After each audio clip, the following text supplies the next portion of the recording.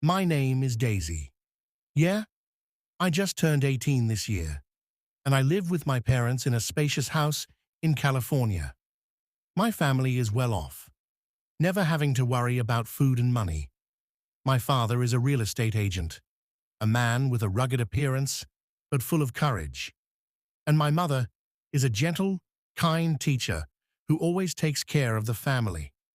Our life seemed to be going on peacefully in that cozy house until one day, everything suddenly changed.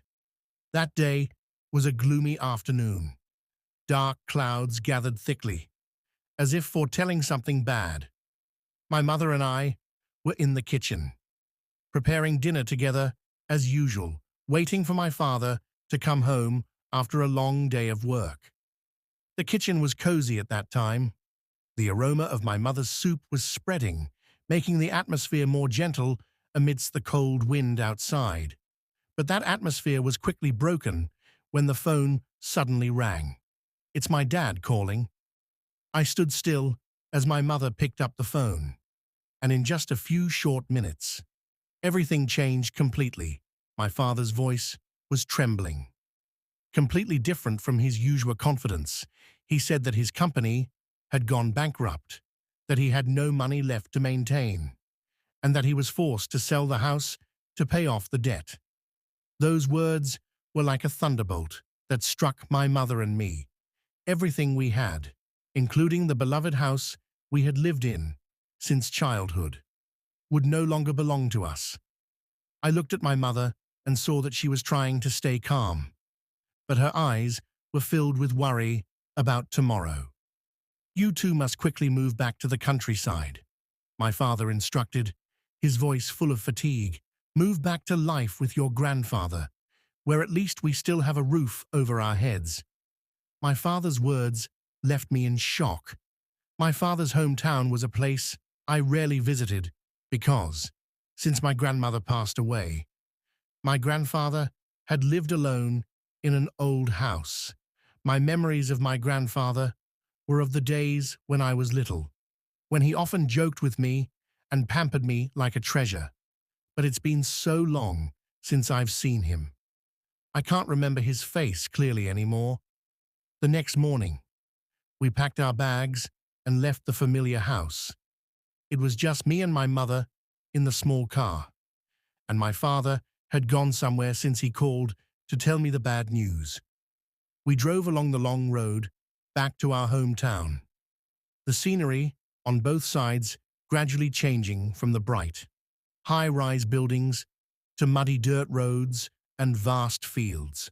The feeling of desolation and silence made my heart heavy when we arrived. An old house appeared before our eyes. The roof was discolored by time. The peeling walls revealed old bricks. Surrounding it was a large garden with many fruit trees that had grown green. I got out of the car, feeling a little hesitant before this wild and strange scene. Suddenly, the main door of the house creaked open, and I saw my grandfather walking out. Then, slightly hunched, his deep eyes seemed older than what I remembered. He smiled when he saw us, especially me, when I was little. I remember that he always loved and pampered me, but now there was something strange and indescribable in his eyes. It was no longer the gentleness I used to know, but instead a deeper, more attentive look.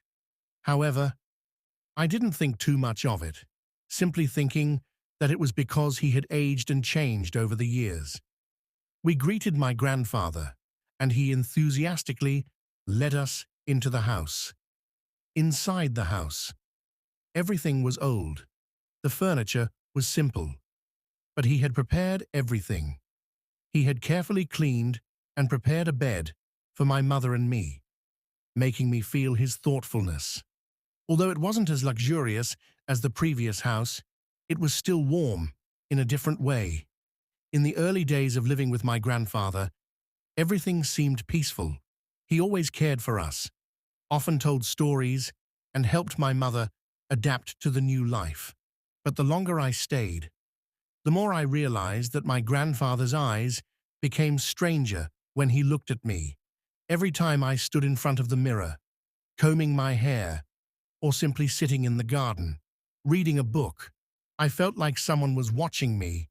Every time I turned around, I often caught my grandfather's eyes, but instead of the warmth like when I was a child, it was a mysterious look. I don't know if it was because I was wearing slightly cool clothes that he gave me those looks. In the city, I was used to wearing comfortable clothes, light, simple clothes. But now that I think about it, maybe he wasn't used to this image of me. Maybe because he hadn't seen me for a long time. Seeing me like that, for the first time, he reacted like that. I reassured myself that there was probably nothing to worry about. Just the difference in lifestyle between the city and the countryside. Then one day, it was a quiet noon. My mother was away. She had to go to town in the morning. Only my grandfather and I were at home. I sat on the old sofa in the living room. The chair had faded over the years, but was still very comfortable. In my hand was the book I had finished reading a few days ago. Outside, weak rays of sunlight filtered through the window, illuminating a small corner of the room, making the space dreamy and quiet.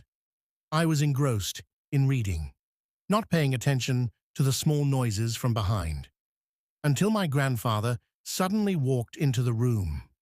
He held in his hand a plate of fruit that had been peeled neatly. The apples, pears, and oranges were neatly arranged, looking very eye-catching. He slowly approached me, put the plate of fruit on the table, and smiled. His voice was warm. "You eat. I just prepared it. You have to eat a lot of fruit for good health." I raised my head slightly, smiled, and replied, "Thank you, Grandpa." Then I picked up a piece of apple, took a light bite, and turned back to the book in my hand, feeling grateful for his little concern. Grandpa was always so thoughtful. Every gesture of care was very careful. However, I couldn't help but notice that he had sat down on the opposite chair, his eyes fixed on me. At first, I thought he just wanted to sit and rest, but then the long silence made me feel embarrassed. He sat there, saying nothing, just looking at me, even though I tried to ignore it, focusing on the book. That look seemed to burn the space between us. After a while, he spoke softly, breaking the silence. "You've really grown up. Just the other day, I was holding you, and now you've become such a beautiful girl." I raised my face to look at him, forcing a smile. "Yes, time flies so fast." "Grandpa," I replied softly, feeling my cheek starting to heat up. His eyes looked at me differently, not like the eyes of the grandfather I knew when I was little. It was no longer warm and gentle, but something indescribable, making me feel uncomfortable. He continued, his voice low, as if he were contemplating. "The older you get, the more beautiful you become. These eyes, this face, all resemble your mother's when she was young. Very beautiful, but you have your own unique features. No one can compare." I smiled slightly, trying to hide the embarrassment that was rising in my heart. "You flatter me too much." "I'm just ordinary," I said, my eyes still glued to the book, trying to appear calm, but inside, I felt uncomfortable. At all his compliments, I was confused and didn't know how to respond properly. He continued, as if he wanted to prolong the conversation. "I used to carry you around the garden. Do you remember when you were a little girl? You kept chattering to me about this and that. And now, in just a few years, you've become such a beautiful young woman with such a graceful figure." I smiled lightly, my heart filled with awkwardness. Yes, I remember. It was so much fun back then. He always spoiled me. He stared at me, not taking his eyes off me. "You're not only beautiful, but also very charming. The boys would surely be crazy about you." I just wish there was someone good enough to take good care of you.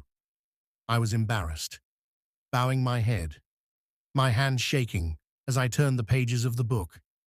Even though I wasn't really reading anything, his words left me unsure of how to react. You're still young. It's too early to think about that, I replied softly, trying to keep my composure.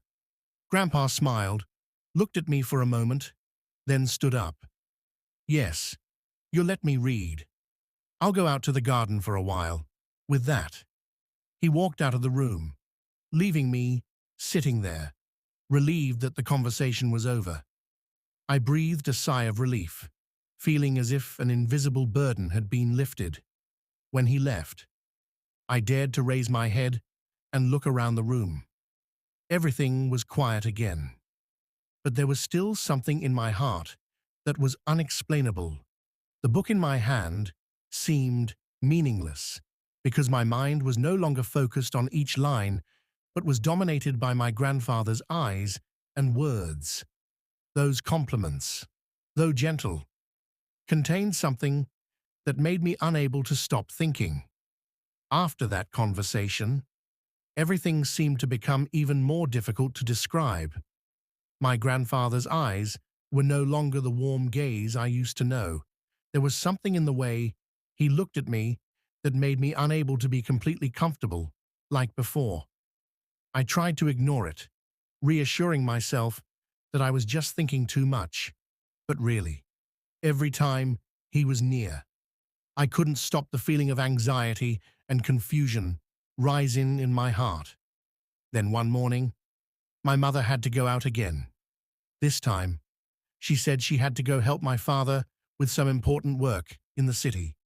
So it was just me and my grandfather at home. When I heard my mother say that, I couldn't help but feel uneasy about him, although I didn't want to admit it. I began to feel something was wrong with my grandfather. It wasn't just his eyes anymore, but sometimes he also had strange actions that I couldn't understand after my mother left. The atmosphere in the house became strangely quiet. In the past, I would still see him sitting in the living room or in the garden. Occasionally, he would glance at me, but it was just a quick glance. But today, he seemed to want to be closer, and that closeness made me feel uneasy. That day was the third day my mother was away. The afternoon passed peacefully. The sunlight slanted through the trees in the garden, creating sparkling spots of light on the ground. I, as usual, had nothing to do but sit under the fruit trees, holding a book in my hand. My grandfather's garden was really beautiful on afternoons like that, with the birds chirping in the distance, the gentle breeze blowing through, making each leaf sway. But today, that peace only made me more nervous, as my mind was filled with an uneasy feeling about my grandfather. I was engrossed in my book, trying not to think about anything else, when suddenly I heard a strange sound coming from behind me. It was gentle, like soft footsteps on soft grass. My heart suddenly beat faster.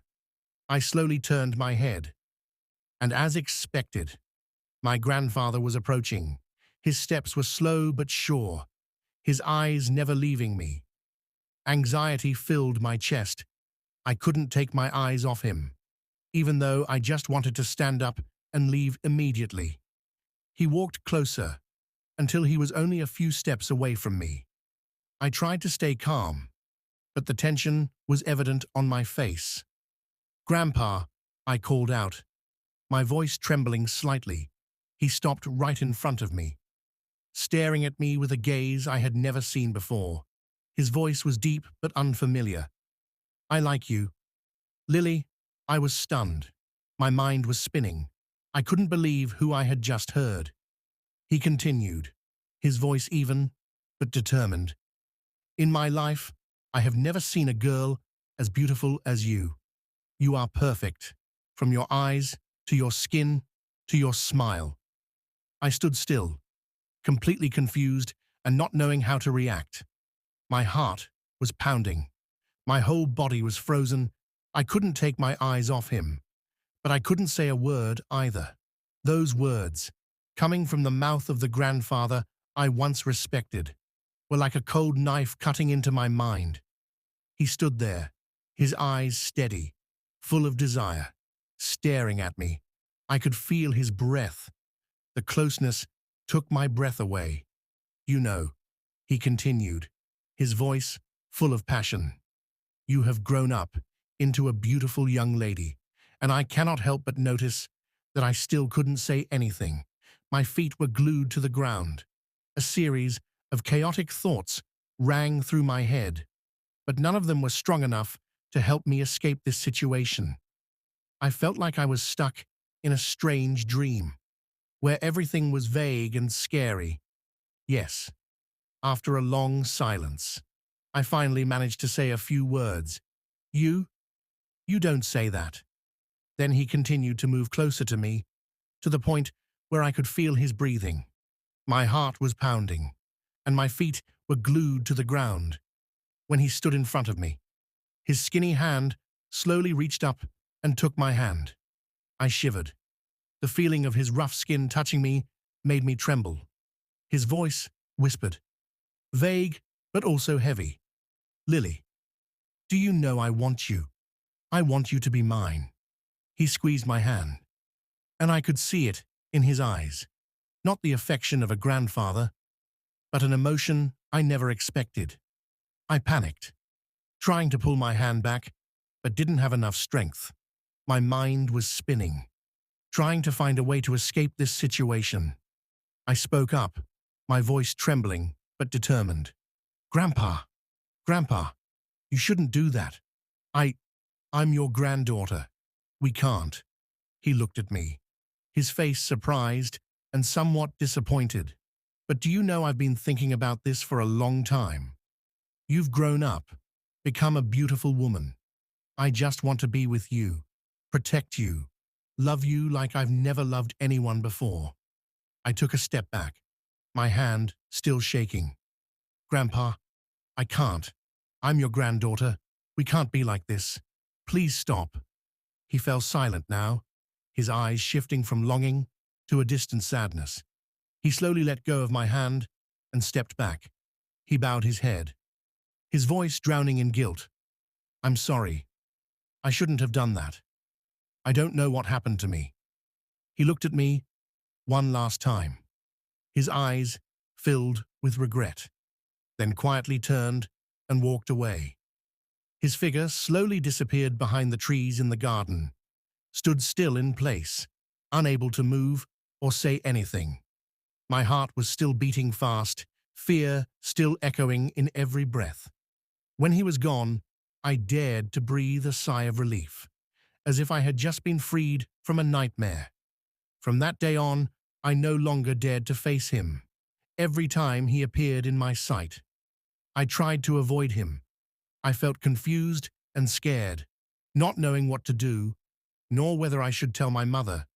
But I also felt the distance between me and him growing bigger and bigger. And in my heart, there was only worry. Fortunately, not long after, my parents returned. That day, my mother walked into the house with a gentle smile. She said that everything in the city had been resolved. My father's work had stabilized again, and we could return home. I looked at my mother, my heart filled with an indescribable sense of relief. Everything seemed to have been lifted. I no longer had to be afraid when I was near him. My father returned shortly after, smiling brightly and saying that everything was back to normal. The whole family prepared to leave my grandfather's house and return to the city. I felt a mixture of sadness and relief. I would never forget those days, the days when everything from my grandfather's eyes to his actions had changed our relationship forever. But now, as I got into the car and sat next to my mother, I felt safe and grateful that everything was finally over. As we were getting into the car, I accidentally caught my grandfather's eyes. It was sad, deep gaze, as if he was trying to say something but couldn't get the words out. But he didn't dare look me straight in the eye. He just stood there, a little distance away, quietly observing. And I, too, didn't have the courage to face him. After everything that had happened, I had so many mixed emotions inside me: fear, worry, but also a little sympathy for him. I knew that even though he was wrong, he probably felt regretful. Still, I couldn't forget those tense moments. Everything was so sudden, so confusing, that the relationship between him and me was no longer the same. We both needed time, both me and him. Time to calm down, to heal the emotional wounds, and perhaps to heal this relationship, if it could ever be the same again. The car started, the sound of the engine breaking the silence of the garden. I looked out the window at my grandfather again. He stood there alone in the middle of the large yard, his silver hair gently swaying in the wind. I could feel the loneliness surrounding him. He had lived alone here for so long, and now he had to return to that silence once more. As we left, leaving him alone, I sighed, feeling guilty and sad. No matter what, he was still my relative, the grandfather I once loved and respected. But now, there was a distance between us that neither of us knew how to overcome. The car rolled gradually, leaving that old house. I turned my head to look ahead, trying to push away the chaotic emotions in my heart. On the way back, I didn't say a word. Mum sat next to me, smiling at me and gently asking about the past few days. But I on-landed hastily, then silently looked at the window. The scenery on both sides of the road passed by, but in my mind, there was only the image of my grandfather standing silently in the garden, his eyes sad and unforgettable after my story. I would like to advise everyone to always respect and maintain boundaries in relationships, even with loved ones. Although family affection is important, respect and personal boundaries must always be maintained. When something makes you feel uncomfortable, be brave enough to speak up. Silence can make the situation more complicated and cause long-term damage. The most important lesson I learned is to listen to your feelings and not let anyone cross your personal boundaries. If you feel insecure, seek help from people you trust. Always protect yourself and keep family or social relationships based on mutual respect.